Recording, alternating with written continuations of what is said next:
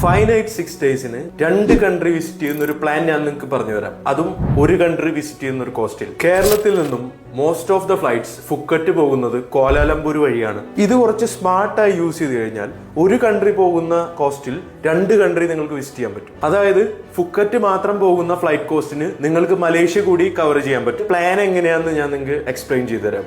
നിങ്ങൾ ആദ്യം കേരളത്തിൽ നിന്ന് കോലാലംപൂരേക്ക് ഫ്ലൈറ്റ് എടുക്കുക. 2 nights സ്റ്റേ ബുക്ക് ചെയ്യുക.